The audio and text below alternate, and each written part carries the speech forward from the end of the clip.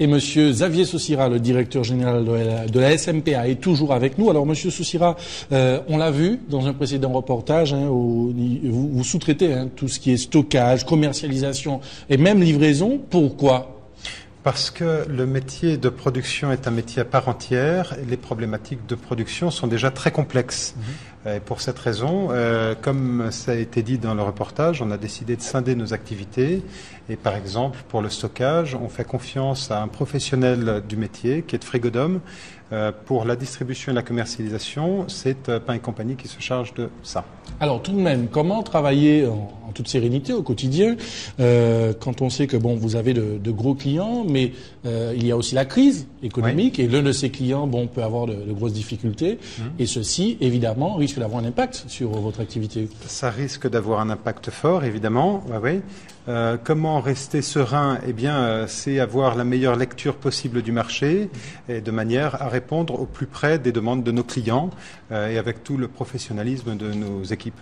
Alors justement, je crois que vous insistez aussi beaucoup sur la formation des équipes pour avoir une certaine motivation, une implication de vos collaborateurs. Oui. Est-ce qu'il y a un plan chaque année qui est mis en place dans les différentes activités? Bien sûr, c'est toute l'actualité de notre entreprise. Aujourd'hui, on cherche à performer sur le fonctionnement de nos équipes et sur la performance collective, individuelle. Ça passe par des plans de formation, sur la maîtrise des techniques boulangères, sur la maîtrise du temps, sur la maîtrise du management, sur un certain nombre de dossiers qui sont d'abord des dossiers obligatoires, toutes les obligations légales, et puis ensuite l'amélioration. Alors, je vous propose de rester avec nous. On va poursuivre l'émission avec le chiffre de la semaine que va nous présenter Jean-Paul Joannel, et puis on va vous retrouver dans quelques minutes. Alors, mon cher Jean-Paul, le chiffre de la semaine, 2119. Alors, 2119 heures, c'est la durée annuelle du travail en Grèce. Alors, pourquoi en parler aujourd'hui? C'est que, vous le savez, l'actualité économique mondiale est dominée par une question. L'Europe parviendra-t-elle à mettre en place un deuxième plan de soutien à la Grèce, puisque manifestement le premier se révèle insuffisant? On sait qu'hier mardi, on est vraiment dans l'actualité chaude, les ministres des Finances et de la zone euro de l'Union européenne ne sont pas parvenus à s'entendre. Il y a eu un constat de désaccord et nous ne sommes qu'à 9 jours du sommet européen qui devra impérativement trouver une solution sous peine de voir la situation s'aggraver considérablement. Mais alors, quel est le rapport avec la durée annuelle du travail en Grèce? C'est que, comme vous le savez de manière générale, quand on veut guérir une maladie, il faut poser un diagnostic juste. Et il semble qu'il y a eu erreur à ce niveau de la part d'un des acteurs clés de la solution possible au problème grec, qui est devenu d'ailleurs un problème européen. La chancelière allemande, qui fait partie des médecins qui sont au-dessus du malade grec, a dit à plusieurs reprises publiquement que l'une des raisons des difficultés de la Grèce, mais aussi du Portugal et de l'Espagne, pour aller vite, ce qu'on a appelé avec un peu vraiment de mépris, les pays du Club Med, réside dans le fait que leurs citoyens travaillent bien moins que les Allemands. Et c'est une idée qui est passée. Pour caricaturer, les États du Sud seraient en quelque sorte victimes de leur paresse. Le problème, c'est que c'est une idée totalement fausse, comme nous le prouve une étude qui vient d'être publiée par un économiste français de renom, Patrick Artus. Alors, que disent les chiffres, mon cher Jean-Paul? Les chiffres disent exactement le contraire. Les Européens du Sud travaillent nettement plus que les Allemands. C'est étonnant, hein? La durée annuelle du travail est de 2119 heures en Grèce, comme on l'a dit, c'est notre chiffre de la semaine, 1654 heures en Espagne, 1554 heures en France et seulement 1390 heures en Allemagne. Donc le champion présumé, c'est lui qui est le plus bas. Mieux, on pourrait penser que les Allemands travaillent plus intensément, si c'est le même temps. Mais là aussi, Patrick Artus démontre que la productivité des Latins est globalement comparable à celle des Allemands. Mais si on comprend bien, l'âge de départ à la retraite des Allemands est nettement supérieur. C'est vrai si l'on s'en tient à l'âge légal de la retraite. Mais notre chercheur, lui, s'est intéressé à l'âge effectif. Et là, il y a une différence, l'âge effectif du départ à la retraite. Et là, les différences sont vraiment minimes. Ça tourne à quelques mois près autour de 62 ans. L'âge du départ à la retraite pour aussi bien l'Allemagne, les autres pays dont on parle, les pays du Sud. Seule la France se distingue en ayant un âge de départ à la retraite effectif d'à peu près 60 ans. Et oui, mais comment peut-on expliquer alors les performances économiques des Allemands? Alors, pour notre analyste, Monsieur Patrick Arantus, la force économique de l'Allemagne réside dans son effort d'innovation qui est permanent et un taux d'épargne qui est beaucoup plus élevé de la part des ménages allemands. Et puis, j'ajouterai également, parce que c'est très connu, il y a également le nombre et la puissance des PME allemandes qui sont tournées vers l'exportation. Quel enseignement doit-on tirer de tout cela en conclusion? Ben simplement qu'en économie comme ailleurs, il faut se méfier des idées simples, des stéréotypes. En l'occurrence, il n'y a pas forcément de lien entre durée de travail et compétitivité économique. Merci pour cette analyse très pointue, mon cher Jean-Paul. Alors, vous ne le savez peut-être pas, mais toutes les distilleries doivent disposer d'une usine de traitement de leur vinasse. Certaines d'entre elles se sont équipées d'une centrale de méthanisation. Alors, c'est un procédé d'épuration plus rare, mais surtout, elle a investi dans un moteur capable de transformer les gaz produits par l'épuration en électricité. Découverte du bon plan de la semaine avec Marion Bois, François Brigitte et Gaël Dufief.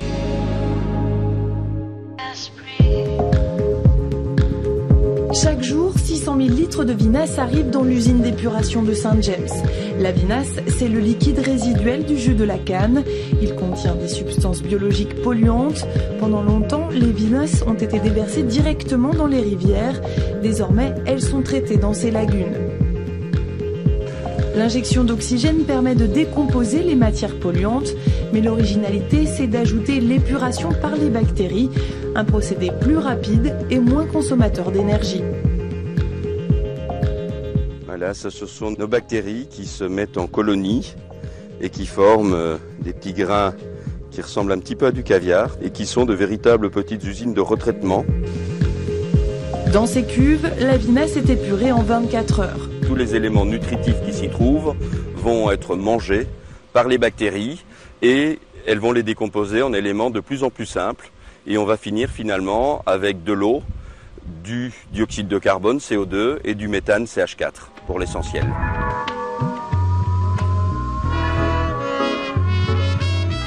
Dans une usine de traitement classique, ce méthane, le CH4, est brûlé avec le CO2. Les gaz se retrouvent ensuite dans l'air, mais ici, on a opté pour la revalorisation du méthane. L'essentiel du gaz est, lui, filtré dans les deux grandes tours blanches qui sont là, pour pouvoir être envoyé vers le moteur biogaz, qui est le conteneur bleu qu'on voit là-bas, où il va être utilisé pour produire l'électricité dont nous avons besoin.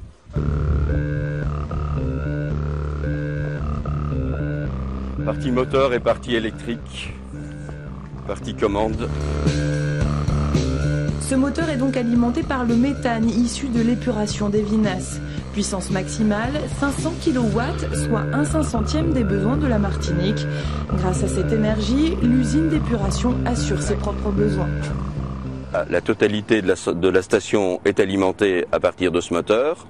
Et ensuite, on a un départ usine, pour lequel c'est un projet qui a été mis en place l'année dernière, qui nous permet de renvoyer de l'ordre de 200 kW vers l'usine qui est à 800 mètres d'ici. 20% de la consommation de l'usine est donc couverte par ce système. Pour le reste, la chaudière à bagasse prend le relais. La vapeur produite par l'usine est transformée en électricité. Résultat, l'usine n'a pas besoin d'être raccordée au réseau EDF.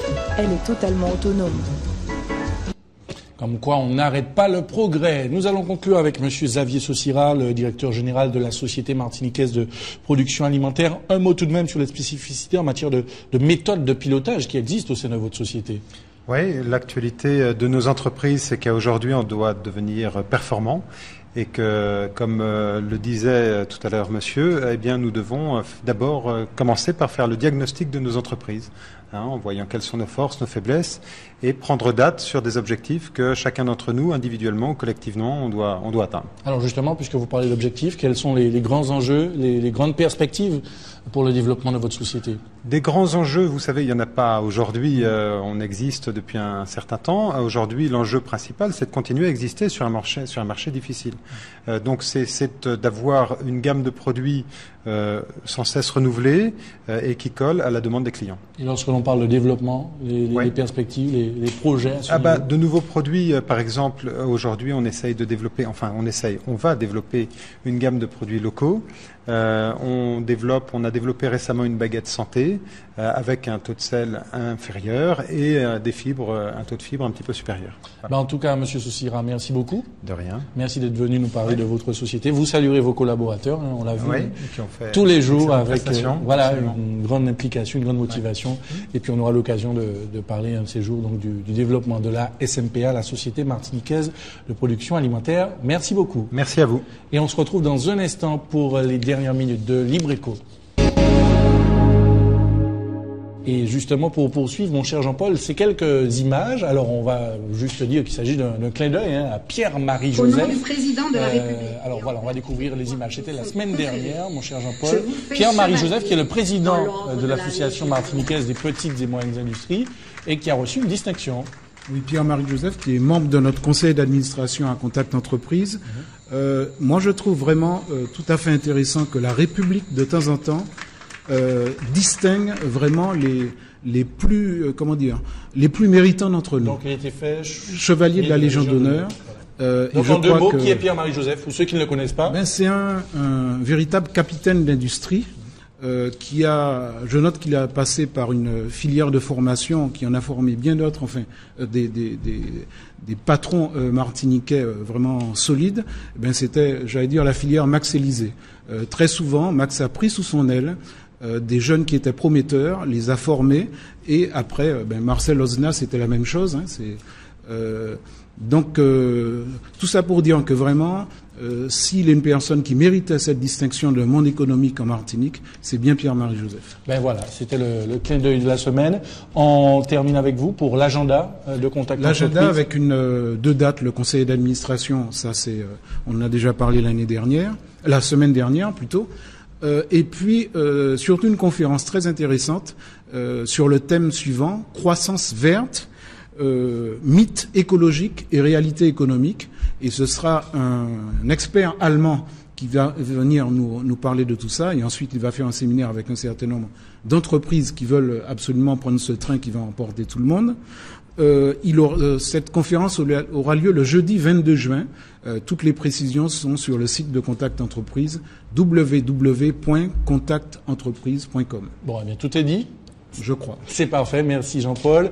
Merci à vous de nous avoir suivis jusque-là. Libre Écho revient la semaine prochaine à 20h15 sur ATV. En attendant, passez une bonne soirée. À bientôt.